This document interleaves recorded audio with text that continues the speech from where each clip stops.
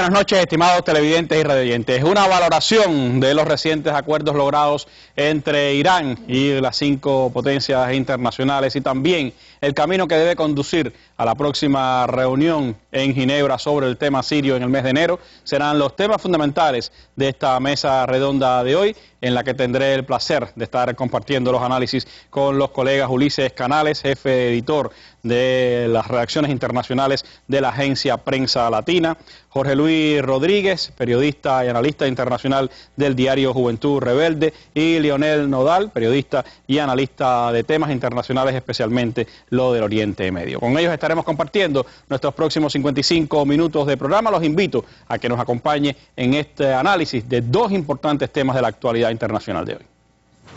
Hoy en la mesa redonda. Más de 10 años es el tiempo que se necesitó para lograr un acuerdo histórico.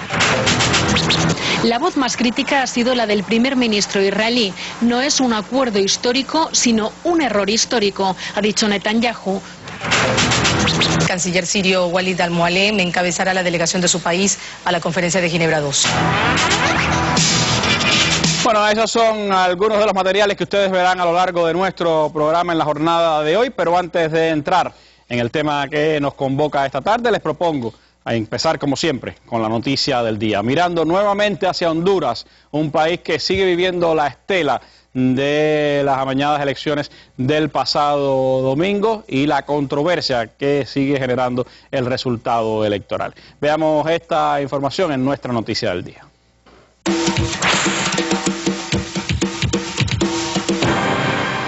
Xiomara Castro, de Libertad y Refundación, 695.464 votos, 29.14%. Andrés Pavón, de la Alianza UD-PAPER, con 2.591 votos, que representan el 0.11% del total de los votos válidos. Jorge Aguilar, del Pino, con 3.864 votos, que representan el 0.16%.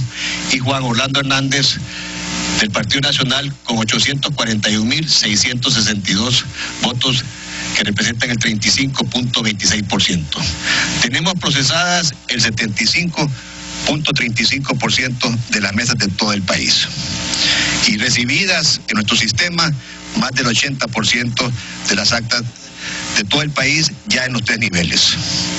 Estas cifras que damos a conocer hoy indican claramente que el ganador de las elecciones generales es Juan Orlando Hernández, candidato del Partido Nacional de Honduras. Mientras tanto, dirigentes del Partido Libertad y Refundación y miembros del Partido Anticorrupción anunciaron la presentación de evidencias de actas electorales que fueron manipuladas a favor del candidato oficialista Juan Orlando Hernández. La dirigencia del Partido Libertad y Refundación aún no reconoce los resultados del Tribunal Supremo Electoral. Según sus evidencias, hubo actas alteradas que incluso aparecen en la página oficial del Tribunal Supremo Electoral. Las organizaciones de derechos humanos que acompañaron el proceso también encontraron inconsistencias en el proceso. Son estudiantes universitarios. No están de acuerdo con los resultados que dan ganador a Juan Orlando Hernández del partido oficial. La juventud universitaria que estamos concentrados aquí en el Boulevard Suyapa no reconocemos los resultados que está tirando un Tribunal Supremo Electoral que está secuestrado por los 2 partidos tradicionales y que por más de 120 años han controlado este país. Muchos fueron parte de la observación nacional. Los observadores solo fuimos usados, nos usaron para ir a observar esto y en el tribunal allá están manipulando todo este proceso. Una jornada de enfrentamiento entre la fuerza pública y los estudiantes. Los jóvenes piden reconteo de las actas de escrutinios. Por toda la opresión que ellos quieren hacer, físico no se compara con el dolor aquí que llevo en el corazón. No podemos dejar que vendan nuestra patria. Que nos lo vendan, que nos vendan. No podemos permitir, nosotros somos ser pensantes.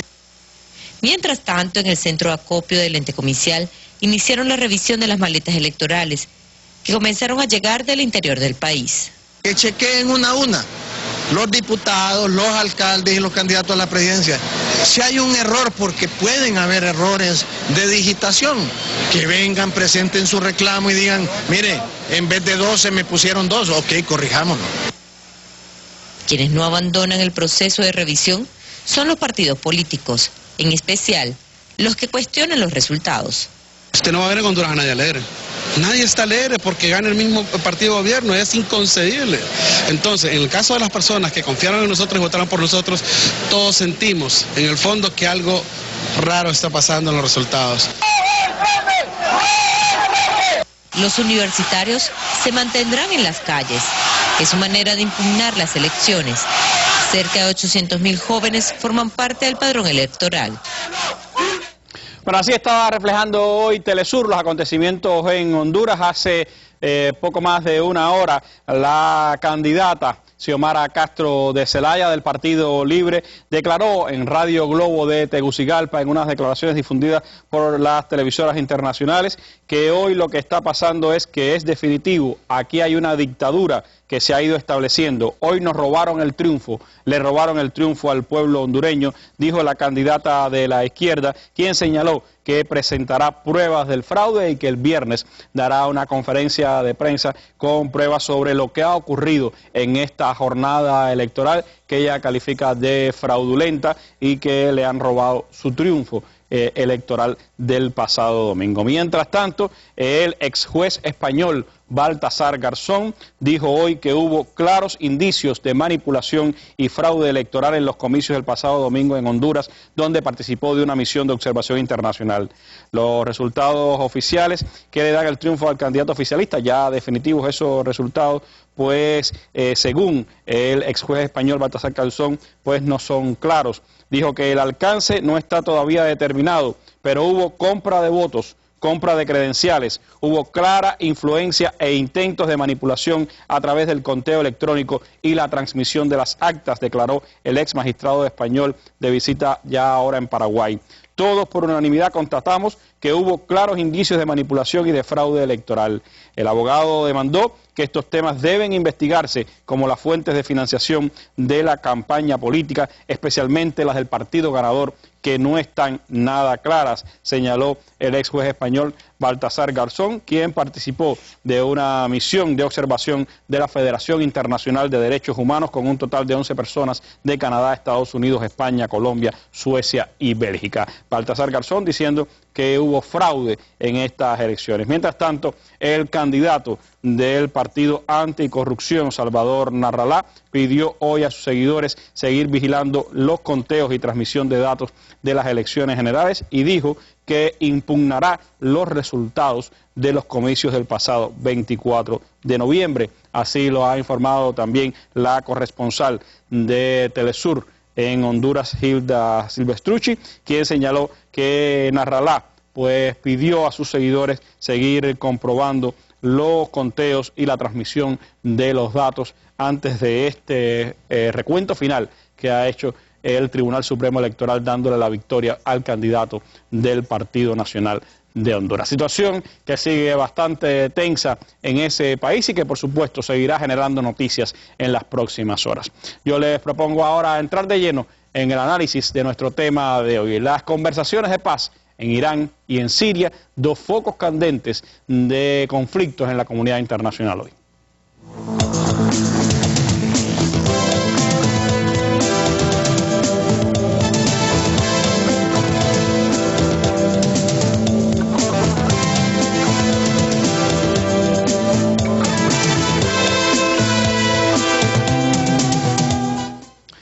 Y este fin de semana la comunidad internacional acogió con agrado la definición de un acuerdo entre Irán y las 5 potencias que forman parte del grupo 5+1 que se reunió y que logró acuerdos que han tenido una amplia repercusión durante las últimas jornadas.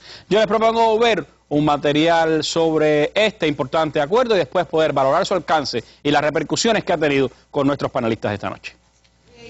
Más de 10 años es el tiempo que se necesitó para lograr un acuerdo histórico. Así califican muchas naciones el consenso alcanzado por el sexteto de mediadores de la ONU con Irán sobre su programa nuclear. Según este pacto, Teherán congelará el desarrollo de su programa en un plazo de 6 meses, así como una serie de otras medidas para lograr más transparencia. no enriquecer el uranio más del 5%, eliminar sus reservas que superen esta cifra o transformarlas hasta este nivel, detener la construcción de los centros nucleares de Fordo y Natanz, donde se retirarán el 75 y el 50% de las centrifugadoras respectivamente, y parar la construcción del centro de Arak, que podría producir plutonio.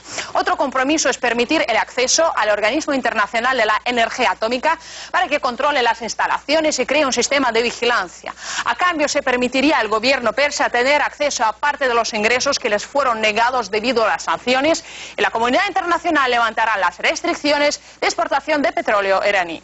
La República Islámica también tendrá acceso a 8.000 millones de dólares en divisas como parte del alivio de las sanciones. Rusia precisa que este acuerdo tendrá un impacto positivo en toda la región.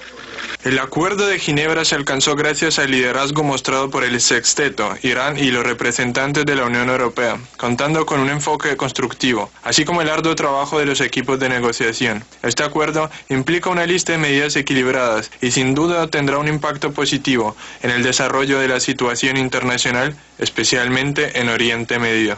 A su vez, el presidente iraní reiteró que de este modo Irán logró insistir en su derecho nuclear.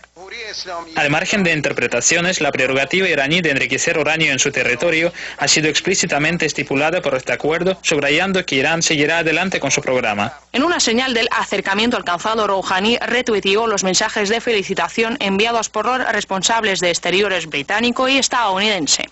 Barack Obama también reiteró que Irán tiene el derecho de poseer energía atómica, pero advirtió que en caso de no cumplir con sus compromisos, eliminarían el alivio otorgado. Vamos a abstenernos de imponer nuevas restricciones y también permitiremos al gobierno iraní tener acceso a parte de los ingresos que les fueron negados debido a las sanciones. Si Irán no cumple por completo con sus compromisos en 6 meses, eliminaremos el alivio otorgado y aumentaremos la presión. Y pese a los intereses particulares de algunas naciones, se pudieron entablar negociaciones constructivas debido a la apertura y disposición que mostraron tanto Irán como la comunidad internacional. Pero incluso con un pacto logrado in extremis, no se pudo evitar las contradicciones. John Kerry sigue insistiendo en que Irán no tiene derecho de enriquecer uranio, pese a que el ministro de Exteriores iraní afirmaba lo contrario. Pero pese al escepticismo que expresan algunas naciones, la mayoría de los países cree que se trata de un inicio positivo para resolver el problema. El acuerdo establece la ruta que deberá seguirse para alcanzar una solución completa y más duradera. Bueno, así lo reflejaba el canal ruso Russia Today. Ese acuerdo histórico han calificado algunos logrado en la madrugada del domingo en las conversaciones en las que participan las 5 potencias, los 5 miembros del Consejo de Seguridad de Naciones Unidas: China, Estados Unidos, Francia, Rusia y Gran Bretaña, y también a Alemania como el 6º componente de estas conversaciones, junto a Irán, por supuesto, el país implicado. ¿Qué puede significar, Jorge Luis, en tu opinión, para Irán este acuerdo? ¿Qué implicaciones tiene para el país? ¿Cómo lo ven las autoridades iraníes? Bueno, primero que todo hay que destacar que es un acuerdo muy importante para la seguridad en el mundo y sobre todo un acuerdo muy importante para Irán. Un acuerdo que tenemos que destacar que no es un acuerdo conclusivo, no es que haya acabado. Estamos hablando de 6 meses de prueba y después es que se ratificaría o se firmaría el acuerdo conclusivo en función de lo que avance y lo que se pueda demostrar en estos 6 meses. Ahora bien, si este acuerdo llegara a puerto seguro, evidentemente va a abrir una nueva relación de fuerzas en el Oriente Medio en el que Irán va a seguir ganando influencia regional. Y sobre todo, pero la principal ganancia que tiene este acuerdo es precisamente que se reconoció el derecho que tiene Irán, que tiene la nación persa, para desarrollar su programa nuclear. En ningún momento Irán va a abandonar su programa nuclear, y algo que hasta el momento no había sido reconocido por las potencias occidentales. Otro aspecto positivo es que va a abrir una nueva relación de Irán con la comunidad internacional y sobre todo una nueva relación con Estados Unidos y la Unión Europea. Que no quiero ser optimista en cuanto a que se puedan allanar las asperezas entre Irán y Estados Unidos, pero es un buen indicio que todo depende de la postura que pueda adoptar la Casa Blanca, sobre todo bajar el tono de agresividad y sobre todo controlar un poco a Israel, el aliado que tiene en la región que está apuntando hacia Irán, para que estas nuevas relaciones puedan irse construyendo positivamente hacia un futuro. Y mirando hacia el interno, hacia la situación económica y social de Irán, ¿qué puede significar este acuerdo? Bueno, hacia el interno tenemos el alivio de las sanciones. tenemos el alivio de las sanciones, que es muy importante para Irán. Ya lo adelantaba el material, se descongelan 8.000 millones de dólares, que no es, o sea, es una mínima parte comparado con lo que está por descongelar. Se habla de 100.000 millones de dólares que todavía faltaría, y sobre todo por el tema de que Irán va a poder comerciar con el oro, va a poder, digamos, vender pequeñas cantidades, ¿no?, de petróleo, va a poder comerciar también petroquímicos, poder importar piezas de repuesto a la aviación, y eso va a significar, por supuesto, un alivio para la situación interna en Irán. Estamos hablando de un país cuya economía se contrajo un 6% el año pasado, hay de un nivel de un 30% más o menos de desempleo y una inflación que está rondando sobre el 40%. Incluso cuando ya se anunciaba el acuerdo, ya había algunos reportes de que la moneda iraní comenzaba a ganar, no sé, en apreciación, comenzaba a ganar valor, y eso es lo que seguirá sucediendo en Irán si llega a puerto seguro. De hecho, al parecer hay un consenso popular en cuanto al acuerdo. Los negociadores fueron recibidos como héroes, dicen las agencias de prensa en Irán, ¿no? Sí, pero siempre digo si llegan a puerto seguro, porque son 6 meses de prueba. Hay potenciales saboteadores del acuerdo. Estamos hablando de Israel que sigue hablando de un ataque militar contra Irán. Está el tema de Arabia Saudita. Hay que entender la posición de estos dos estados, entenderlo en las rivalidades regionales que tienen con Irán. Primero, por el tema confesional, Arabia Saudita e Irán, rivalidades que vienen de hace, de cientos de años, y también Israel, porque Israel es la única potencia nuclear en la región, aunque no declarada, pero bueno, se estima que tiene entre 300 a 400 ojivas nucleares, y el hecho de que Irán, para ellos, pueda desarrollar en algún futuro, digamos, un arma nuclear, estos países realmente lo que estaban esperando era un desmantelamiento total del programa nuclear, lo cual no, digamos, no va a pasar. Y estamos hablando de dos países que tienen lobbies muy fuertes en el Capitolio. Y tenemos el tema del AIPAC, en el Congreso norteamericano, que sigue presionando por sanciones. De hecho, ya se habla de que hay senadores, hay congresistas que dicen que el mes que viene van a promover una ronda de sanciones que se sometería a votación, y eso realmente, por la parte Irán, dijo que si se aplican nuevas sanciones, el acuerdo cesaría, se echaría por tierra todo lo que se ha trabajado en estos 6 meses. La única opción que le quedaría a Obama sería vetar. Pero hay que tener en cuenta que Obama no tiene apoyo interno, ni en el Congreso, ni en el Senado, con respecto no hay un apoyo unánime con respecto a las sanciones, a las negociaciones que estuvo llevando con Irán. Bueno, hay muchos elementos sin duda. Lo cierto es que las autoridades iraníes han calificado el resultado de este fin de semana como un acuerdo histórico, como una victoria también para la resistencia del pueblo iraní, entre otras cosas porque se ha reconocido el derecho de Irán a continuar enriqueciendo uranio y que esto se haga un 5%, como ha reclamado durante mucho tiempo Irán. Ese es su derecho, está estatuido, está reflejado en los acuerdos internacionales, Irán pedía que eso fuera realmente respetado. Es uno de los elementos fundamentales que la dirección iraní ha reflejado como la victoria o el logro de estas negociaciones. Pero hay muchos otros componentes, como decía Jorge, hay muchos otros intereses en la región y fuera de ella que están mirando de una u otra manera, positiva o negativamente, estos resultados, y por supuesto de eso vamos a hablar aquí en nuestra mesa redonda. La posición más evidente, la negativa más fuerte, la que más ha sonado desde el mismo momento del acuerdo, ha sido la de Israel. Así lo ha reflejado Russia Today. La voz más crítica ha sido la del primer ministro israelí. No es un acuerdo histórico, sino un error histórico, ha dicho Netanyahu. Su argumento, al aceptar la comunidad internacional que Irán siga enriqueciendo uranio, deja a su alcance la producción de armas atómicas. El gobierno israelí llevaba semanas intentando convencer a las potencias de que no aliviaran las sanciones a Irán, pero ha perdido la batalla. Netanyahu ha advertido de que el acuerdo no obliga a su país, aunque en estos momentos un ataque militar se interpretaría como una provocación. Así que Israel tendrá que cambiar de estrategia y conformarse con vigilar de cerca que se cumpla lo pactado. El presidente Shimon Peres, más conciliador, ha subrayado que el acuerdo es temporal y se ha mostrado partidario de la solución diplomática. Cualquier alternativa, ha dicho, sería mucho peor. Bueno, así lo ha reflejado Televisión Española realmente, no Russia Today, esta reacción israelí. Y eso me lleva, Ulises, a preguntarnos por qué Israel, aliado de Estados Unidos, de las potencias fundamentales que participaron de este acuerdo, reacciona de esa manera, quizás como oveja descarriada después de estos acuerdos que interesan a muchos en el mundo. ¿Y qué otras reacciones ha habido ya en el mundo árabe, que también pues tiene ciertos acercamientos y ciertas contradicciones con Irán? Bueno, no es sorprendente que Israel reaccione, Randy, de esa forma. Es el enemigo acérrimo de Irán, el enemigo acérrimo del mundo árabe, y entonces evidentemente un acuerdo de este tipo, desde la perspectiva de las autoridades israelíes, lo dejaría un poco desprotegido, porque ellos están viendo esto como que Irán mantiene su capacidad de desarrollar un programa que sigue insistiendo Occidente e Israel de que tiene fines militares, aunque Teherán siempre ha dicho que tiene móviles pacíficos. Israel no podemos perder de vista que, como adelantaba Jorge Luis, es la única potencia nuclear que hay en la región.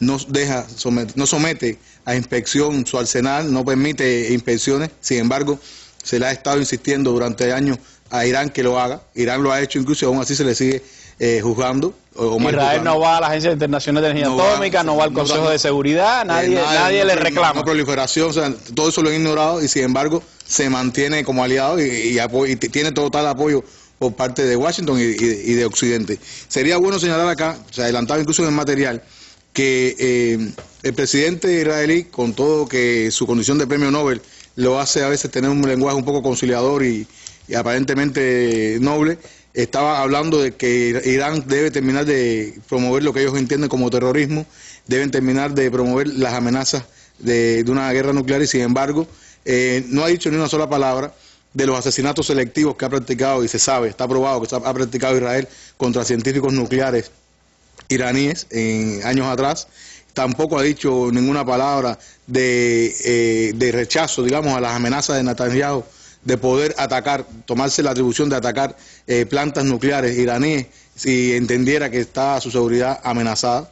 Y entonces eso vemos evidentemente que hay un doble discurso aparente, pero en realidad es una sola seña de que es totalmente en contra de cualquier entendimiento, porque como se decía también, la postura de Israel no es permitirle a Irán que desarrolle ningún tipo de tecnología nuclear, es sencillamente aniquilar ese programa, desmantelarlo y privar a Irán de una fuente de energía como la que está desarrollando. Para Netanyahu es un error histórico, como él decía, ha reaccionado iracundamente y se ha hablado incluso hasta de la posibilidad de un plan militar. ¿Crees tú posible que Israel se lance por sí solo contra Irán? Algunos han dicho que incluso pudiera buscar aliados en el mundo árabe para un ataque contra Irán. Mira, el mundo árabe ha tenido siempre, por lo que se adelantaba también de temas confesionales o asuntos confesionales, ha tenido cierta reticencia a acercarse mucho a Irán.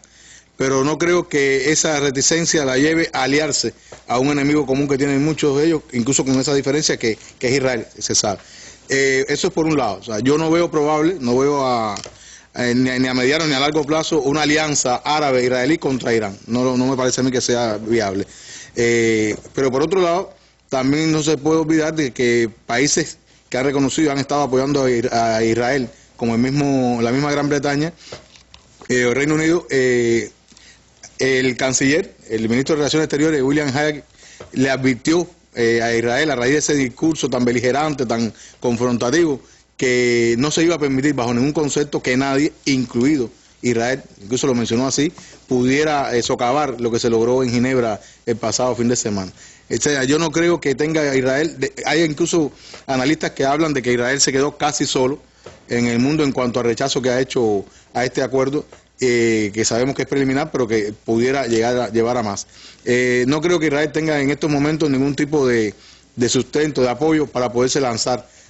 Por supuesto, no sería tampoco descabellado pensar que en esa sed de aniquilar a Irán pudiera propiciar algún tipo de crisis sin llegar a un ataque frontal militar, pero pudiera propiciar un tipo de crisis porque va a hacer todo lo posible para que se pueda echar atrás este acuerdo.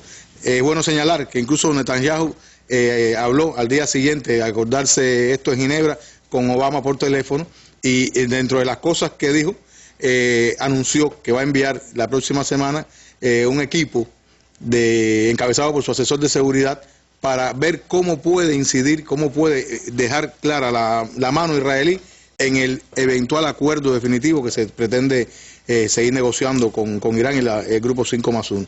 En el discurso de Irán también ha estado una posibilidad, un intento de acercamiento hacia algunos opositores dentro del mundo árabe. Ha hablado la dirección iraní, incluso especialmente hacia Arabia Saudita, pidiéndole que si hay alguna reticencia sobre el programa nuclear iraní, que puedan ir expertos árabes, expertos sauditas a Irán y a visitar sus instalaciones nucleares. Puede ser este el comienzo también de una relación, después de este acuerdo, una relación quizás más transparente o quizás menos confrontativa entre Irán y algunos de estos países árabes. Bueno, es que la realidad es que entre Irán y los países árabes en sentido general, pero más concretamente entre los países del Consejo de Cooperación del Golfo, que son las 6 monarquías a las que nos referimos, ha habido siempre discrepancias, disensos, crisis, confrontaciones, pero a la larga siempre se han entendido de una forma u otra, porque tienen claro de que comparten un espacio común, que es el Golfo Pérsico, que tienen que buscar la manera de que haya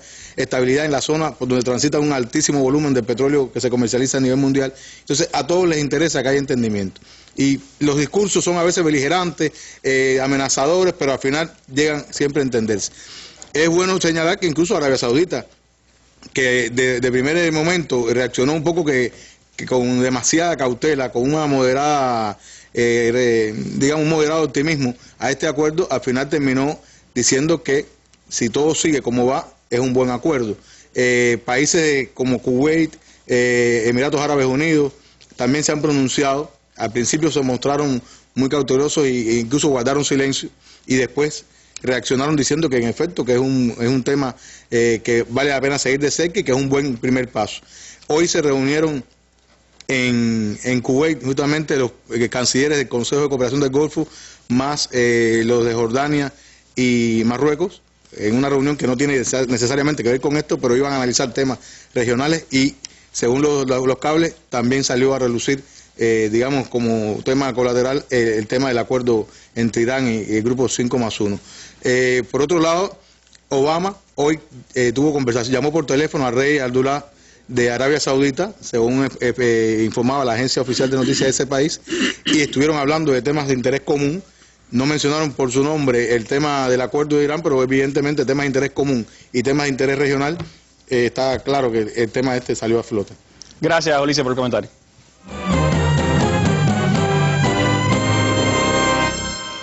¿Cómo está impactando la crisis económica internacional? ¿Cuál es la estrategia actual de dominación del imperio? ¿Hacia dónde cambia el Oriente Medio? ¿Cuál es el panorama actual de América Latina? ¿Está en crisis el modelo de Unión Europea? Análisis, opiniones, imágenes sobre estos y otros importantes temas internacionales, usted los encontrará en la Mesa Redonda. Acompáñenos cada día a las 7 de la noche. Bueno, y cómo las grandes potencias que han sido partícipes de este acuerdo están viendo el resultado, cómo lo valoran de una y otro lado, quizás de la propia mesa de negociaciones. De eso les propongo profundizar ahora, y me gustaría, Lionel, escuchar qué ha dicho Estados Unidos, qué ha dicho Rusia, qué ha dicho China, qué ha dicho algunas de las otras grandes potencias. Bueno, la posición de Estados Unidos y de las grandes potencias en este momento es de satisfacción con el acuerdo. Evidentemente se llegó a un acuerdo en el cual todos se declaran ganadores, no hay perdedores. Es decir, pero si nosotros nos profundizamos un poquito en las políticas que cada uno de estas potencias venía siguiendo hasta ahora y cuál es el resultado del acuerdo, evidentemente hay una rectificación, como mínimo, o el reconocimiento del fracaso de ciertas líneas de acción, como la que venía siguiendo Estados Unidos, que era de presión, de confrontación, de llevar a Irán contra la pared, como se dice, de una situación en la cual se quiso doblegar a Irán por la fuerza o por la amenaza del uso de la fuerza. contrariamente a la política que vino siguiendo en los últimos años la administración rusa, inspirada en la política de Putin, de acompañar a Irán en su programa, defender el derecho inalienable, vamos a decir así, como lo han dicho ellos, de Irán a desarrollar un programa de desarrollo de energía nuclear con fines pacíficos, que es lo que ha proclamado todo el tiempo Irán, que es su propósito. Y además, Rusia consiguió que se eliminara todo este lenguaje militarista, todo este lenguaje de confrontación, que podría llevar incluso, en algunos momentos se pensó, hay que recordar que hace apenas 2 o 3 años, no lo tengo muy claro, hubo un momento en que se temió que hubiera un ataque militar norteamericano, israelí, de las grandes potencias contra Irán. De 2010, 2011. En 2010, 2011 el mundo pareció estar al borde incluso de una guerra nuclear, porque un disparo en ese medio tan lleno y cargado de armamentos de todo tipo, incluyendo el armamento nuclear israelí, podría desencadenar una crisis mundial. Muchas personas vivimos en aquel momento una cierta insatisfacción con lo que podría pasar al día siguiente del primer disparo. Hoy día, evidentemente, Estados Unidos está tratando, evidentemente, a mi modo de ver, de reacondicionar su política en el Medio Oriente. Y ha chocado, y esto no es gratuito, primero chocó con la firmeza de las autoridades y del pueblo iraní, que ha respaldado a su gobierno, lo respaldó durante el gobierno anterior, y ahora eligieron a este presidente también mayoritariamente, con una mayoría, es decir, más de un 60% en la primera vuelta apoyó a Rouhani. Por lo tanto, él se sentía seguro de que una aceptación de la negociación sería también apoyada por la población interna. Esto es importante porque Irán no abandona su programa de desarrollo de la energía nuclear con fines pacíficos, que le interesa, porque es producir energía renovable y no depender de algo agotable, como es el petróleo y el gas. Ese es un tema de los que parece tiene alguna contradicción de entendimiento entre Estados Unidos e Irán, porque Irán ha dicho, y lo ratificó sus autoridades, que continuarán el programa de desarrollo de enriquecimiento de uranio en un 5%. Estados Unidos está diciendo que no.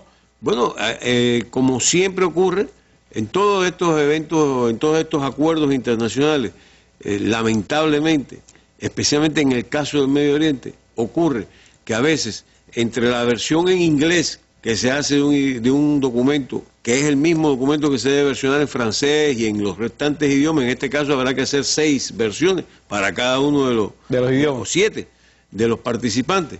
Generalmente al otro día aparecen las diferencias de interpretación. Este es uno de los temas, por ejemplo, que tú mencionas, de la interpretación de cómo yo lo veo y cómo lo que yo firmé fue esto. En el caso de la resolución 242 que se hizo al día siguiente, a la semana siguiente del fin de la guerra, en los 6 días, cuando Israel invadió los territorios árabes actualmente ocupados y prácticamente cercenó cualquier posibilidad de paz en el Medio Oriente.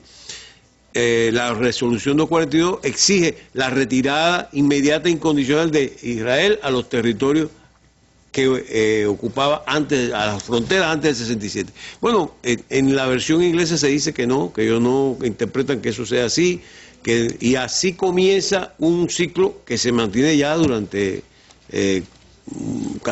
más de 40 años, es decir, sin poder llegar a solución. Yo pienso que este acuerdo es bueno, sobre todo porque entroniza en la región un nuevo curso para la política. Hay un espacio para la diplomacia, hay un espacio para la solución negociada de los conflictos. Y es un poco la demostración también de una especie de nuevos rumbos en la diplomacia, es decir, el multilateralismo está imponiéndose sobre el unipolarismo que caracterizó la década del 90 y los principios de este siglo. Evidentemente, hay una cosa que dijo hace ya algunos años uno de los principales estudiosos de la política, Chomsky, de la política norteamericana, que conoce muy bien su pueblo, su país, su gobierno y sus intereses.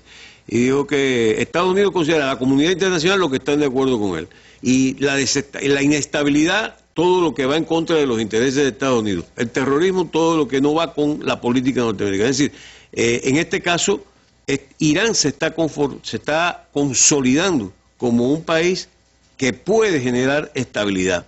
Y lo veremos en la siguiente parte de esta mesa, cuando veamos que, bueno, Irán sigue allí, fortalece a sus aliados, para sus aliados es un buen momento, y esto, bueno, pues tiene repercusiones positivas por cuanto, de hecho, hay un cierto reconocimiento objetivo en los hechos de que hay fracasos de políticas seguidas por Estados Unidos. El único que ha seguido políticas de intervención militar ahí ha sido Estados Unidos.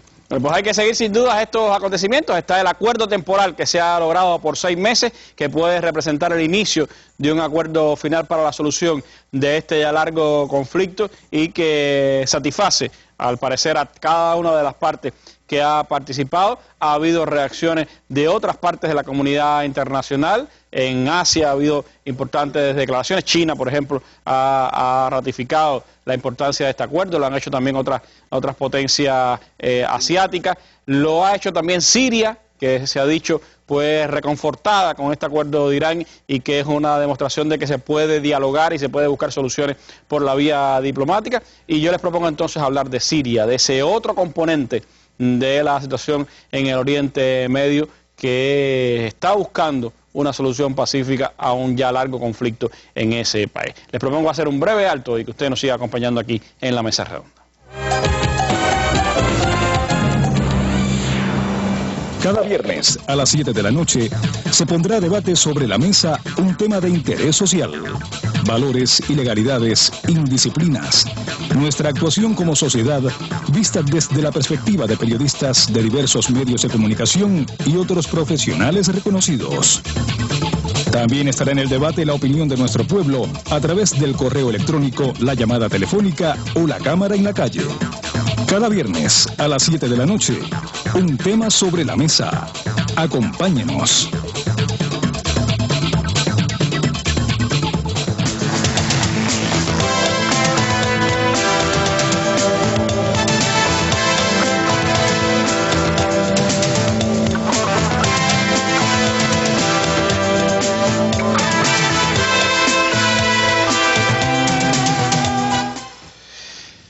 Y en noticias de días recientes, el secretario general de Naciones Unidas, Ban Ki-moon, daba a conocer que el próximo 22 de enero del 2014 en Ginebra se celebrará la conferencia de paz sobre Siria. Una conferencia a la que se llegará todavía en medio de enfrentamientos militares en ese país y también pues de incertidumbre si la oposición en sus diferentes ramificaciones asistirá a esta cumbre. De eso estaremos hablando ahora en nuestra mesa redonda. Les propongo ver primero un material de las declaraciones y la situación de las últimas horas. Los grupos armados atacaron con mortero este martes varias zonas de Damasco. Los obuses cobraron la vida de 4 civiles e hirieron a otros 23. Los sirios denuncian un plan saudita para frustrar las negociaciones de paz. Acusamos a Qatar, Arabia Saudita, Turquía y Estados Unidos de promover terrorismo tras el fracaso de sus planes de derrocar a nuestro país. Están asesinando a los civiles bajo la bandera del Islam para provocar el caos. Acto que condenamos y aseguramos va en contra de los principios del Islam. Al mismo tiempo, detonaron un carro bomba en un terminal de ómnibus al suroeste de la capital. Además de los daños materiales, el ataque dejó 15 muertos y 42 heridos. Los afectados en desafío al terrorismo apoyan la gestión diplomática por superar la crisis. Son gente que no creen en el diálogo, terroristas que únicamente buscan lograr sus objetivos mediante el empleo de la fuerza, cuestión que rechazamos e insistimos en lanzar el diálogo, la única vía para garantizar de todas las partes y para resolver el conflicto. El ejército sirio incrementa su ofensiva contra los irregulares. Asegura busca restablecer la seguridad y estabilidad necesarias para el diálogo, una labor avalada por la población civil. Los operativos militares van en paralelo con la gestión política por superar la crisis, una labor que consideramos imprescindible para el éxito de las negociaciones de Ginebra, pues es ilógico que el gobierno vaya a negociar mientras las bandas terroristas que no aceptan una salida política sigan destruyendo a Siria. Mientras, las divisiones en las filas de la oposición amenazan también la celebración de Ginebra II, obstáculo al cual se suman las diferencias mundiales sobre la participación o no de Irán y del mandatario sirio en la conferencia internacional. El viceministro de Relaciones Exteriores de Rusia, Mikhail Bluknadov, informó que el canciller sirio Walid al-Mualem encabezará la delegación de su país a la conferencia de Ginebra II y el presidente sirio Bashar al-Assad no tendrá participación alguna. Bluknadov mencionó la presencia de una polémica con Estados Unidos sobre la participación de Arabia Saudita e Irán en la conferencia. Indicó también que la presencia de Teherán es importante para la solución de la crisis siria. Bueno, son algunos de los componentes de esta crisis y de la búsqueda de una solución en enero en Ginebra. La posición del gobierno y de la oposición, por supuesto, muy importantes a la hora de analizar lo que pueda ocurrir en enero en esa cita ginebrina. ¿Cómo se ha expresado el gobierno, Leonel? ¿Cuáles son los principales elementos que estaba manejando la dirección del gobierno sirio y cómo ve estas negociaciones en Ginebra? Bueno, el gobierno desde siempre ha estado a favor de la negociación, pero tomando en consideración un hecho, 2 o 3 condiciones básicas. Primero, que estos grupos rebeldes o grupos opositores, armados, terroristas, según la manera en que son sus acciones y la denominación que reciben en Siria, tienen que deponer las armas, tienen que aceptar sentarse a negociar.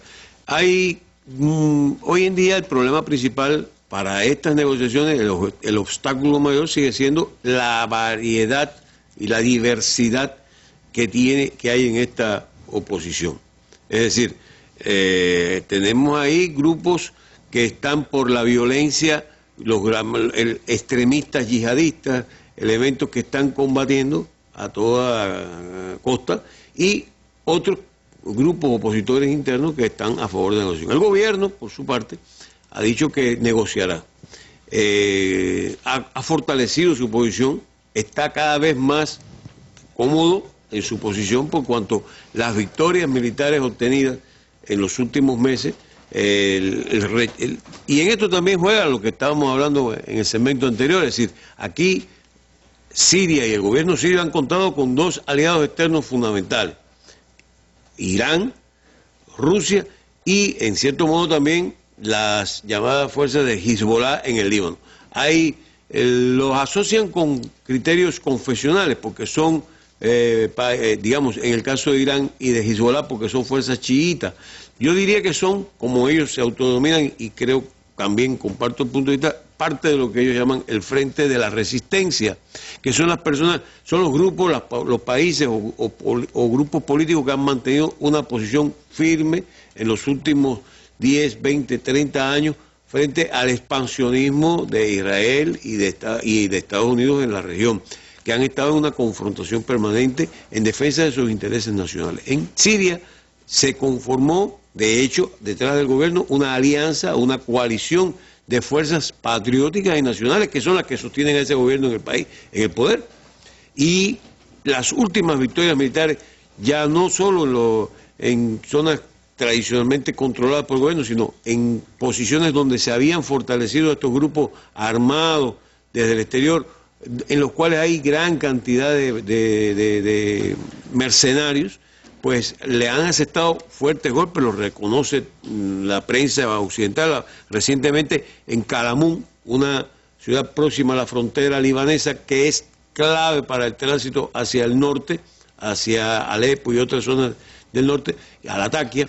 Esto ha sido decisivo para que el gobierno se sienta mucho más sólido, mucho más confortable. A la precondición que han puesto los grupos opositores de que una de las cosas que no se va a debatir y que no se va a analizar es la presencia de Bashar al-Assad en un futuro gobierno en Siria, ¿qué ha respondido el gobierno sirio? Bueno, Bashar al-Assad es el presidente electo en las últimas elecciones, tiene derecho a la reelección, podría competir o ir a unas elecciones del 14, si es que la vía para la transición que se está demandando, que se negocie en Ginebra, sean las elecciones controladas, digamos, supervisadas, elecciones democráticas supervisadas. Ya en los últimos 2 o 3 años ha habido una serie de reformas, a cada rato hay una amnistía, se han dado pasos a favor de un proceso de transición pacífica en la que todo el mundo concurra a una competencia política.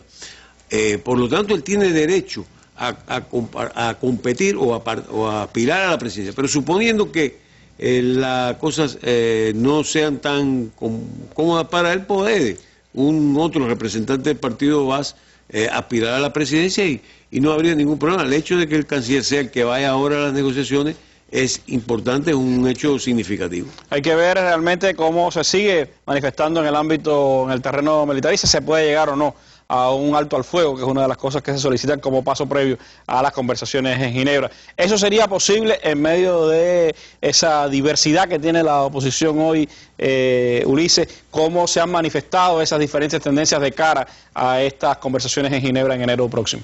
Mira, Randy, me gustaría citar textualmente lo que decía el Sergei Lavrov, el ministro de Relaciones Exteriores de Rusia. Calificaba de egoísmo político la postura de la oposición. Es decir, decía que Ginebra II no se ha podido hacer antes, justamente por el egoísmo político de la oposición siria, su fragmentación, su sed de liderazgo, sus pugnas internas, y realmente dentro de esta amalgama, digamos, de grupos y de organizaciones está la oposición armada. Dentro de esta oposición armada hay grupos que llaman yihadistas o grupos islamistas radicales, varios de ellos ligados a Al-Qaeda, y están también mercenarios que están mezclados con todos estos combatientes, digamos así. Está también la oposición política, que digamos es la más factible a sentarse a negociar con el gobierno y buscar una especie de entendimiento para bien de todos los sirios y del país en sentido general. Y está también dentro de esta oposición, digamos, política, que no es tan así porque está desde el exterior alentando la guerra, desde el exterior financiando a muchos grupos estos que están combatiendo dentro del país. Entonces, toda esta serie de grupos dentro de la oposición hace muy poco probable, y ojalá que yo pueda equivocarme, pero hace muy poco probable que sea un entendimiento fácil en Ginebra II si se llegara a la conferencia. La llamada coalición nacional de las fuerzas de la revolución y de la oposición, que es la que agrupa, digamos, al mayor grupo, valga la redundancia, al mayor cúmulo de parte de las organizaciones, quiere que el gobierno entregue el poder y que vaya a Ginebra II garantizando que Bashar al-Assad no va a formar parte de ningún gobierno de transición. Exige además anular la constitución vigente, liberar a todos los presos políticos y retirar de Siria a lo que ellos llaman las milicias chiitas de Hezbollah. Obviamente no hablan de retirar a todos los mercenarios de varias naciones que están combatiendo al lado de la oposición en el país. Realmente hay mucha contradicción dentro de los grupos opositores, y es bueno señalar que precisamente en las últimas horas se han dado, y es una forma de ilustrar este nivel de confrontación entre, por ejemplo, los milicianos kurdos en el norte del país tuvieron un enfrentamiento por 2 poblados en la provincia de Al-Hasaka con grupos yihadistas del Frente Al-Nusra y del llamado Al-Nusra, que se vincula, se dice muy vinculado a Al-Qaeda. Ajá, Al-Nusra y el llamado Estado Islámico de Irak y el Levante, que son grupos radicales, islámicos radicales, que están reconocidos por ellos mismos, vinculados a Al-Qaeda, y están en enfrentamiento con milicias kurdas. Todos ellos forman parte de la oposición. Ya esto da una medida de cómo están entre ellos mismos peleando, y que esta serie de liderazgo, de protagonismo, va a ser muy difícil que se llegue a un entendimiento en Ginebra II. ¿Crees que haya entendimiento para un alto al fuego, o ellos seguirán batallando? Ya estos grupos adelantaron, esta coalición ya dijo que no va a detener las hostilidades, que ellos van a mantenerse así, incluso están dispuestos a boicotear, si fuera necesario, la conferencia, porque están pidiendo como precondición, contrario a lo que quiere Rusia y Estados Unidos, que se asista a Ginebra sin precondiciones. Ellos están pidiendo como precondición que el gobierno garantice que Al-Assad no va a formar parte de una transición y que va a entregar el poder. Bueno, ¿y cómo lo ven las grandes potencias? Rusia, Estados Unidos, otros países que han formado parte de todo este entramado para llegar a la negociación. ¿Estará Irán o no en estas negociaciones de Ginebra. ¿Qué piensa José Luis al respecto? En este aspecto hay lo que adelantaba Lionel en el segmento anterior, errores de interpretación también. Primero que todo hay que tener en cuenta qué es lo que se va a negociar en Ginebra 2. Lo que se va a negociar en Ginebra 2 es lo que se acordó en Ginebra 1 el 30 de junio de 2002 y en ningún momento se habla de la salida al Assad.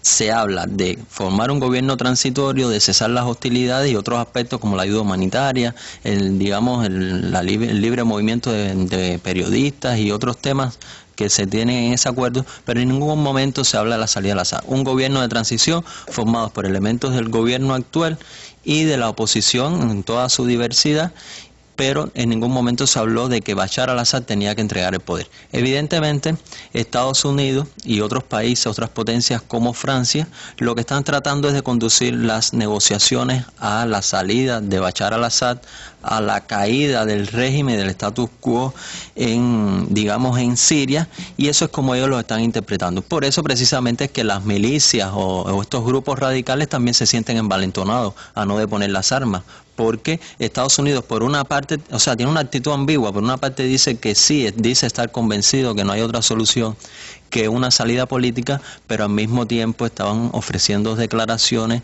que tergiversan el sentido de lo que serían las negociaciones. Francia también, de hecho, una vez que se anunciaron las negociaciones, Estados Unidos dijo que Bashar al-Assad tenía que salir y que eso era lo que se iba a discutir. En ningún momento se hablaba de una negociación complaciente, que sencillamente había que cambiar el status quo y al-Assad tenía que renunciar. Lo otro es que hay diferentes grupos, como bien decía adelantado Ulises. En ese caso está el Ejército Libre Sirio. El Ejército Libre Sirio dijo que no va a detener las hostilidades e incluso dijo que si se llegara a un acuerdo iban a continuar las hostilidades. Aquí está el tema de Rusia también. Rusia sigue defendiendo el respeto al derecho internacional, igual que China sigue defendiendo la Carta de Naciones Unidas y sobre todo el derecho que tienen los sirios a elegir su futuro. Unas negociaciones, incluso una negociación sin precondiciones.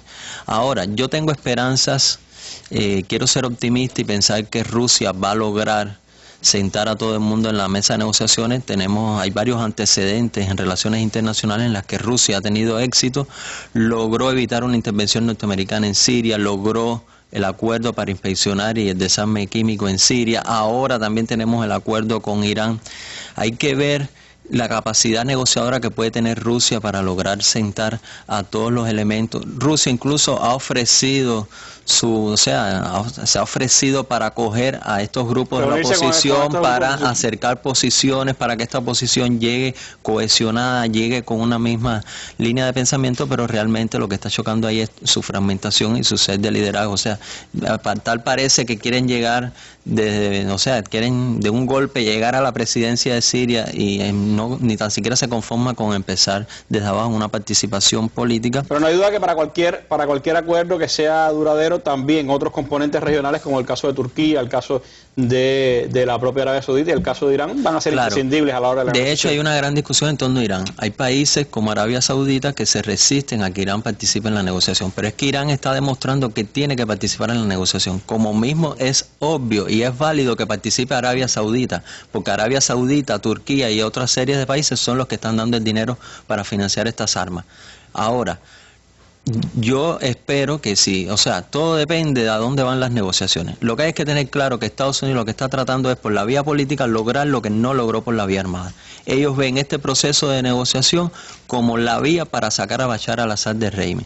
Si eso fuese así, se supone que deje de llegar dinero, deje de llegar armas, dejen de llegar mercenarios a estas tropas. Ahora, habría que ver, si eso no fuese así, indudablemente va a haber determinados estados que no van a abandonar su postura. Estamos hablando de estos estados del Golfo, de la monarquía, las monarquías que conforman el Consejo de Cooperación del Golfo, que pueden seguir, alentando esta oposición armada. Y no estaríamos entonces en un cese de las hostilidades. Nos queda casi 2 meses para esas negociaciones el 22 de enero, por lo tanto, bastante camino por recorrer. Hay que ver cómo se manifiestan las diferentes fuerzas internas dentro de Siria y también las potencias internacionales en este tema, que sigue siendo el principal tema de política internacional en el día de hoy, uno de las más candentes, por supuesto, de que tiene que enfrentar la comunidad internacional. Hemos mirado dos temas importantes de la agenda internacional, Irán y Siria, dos conflictos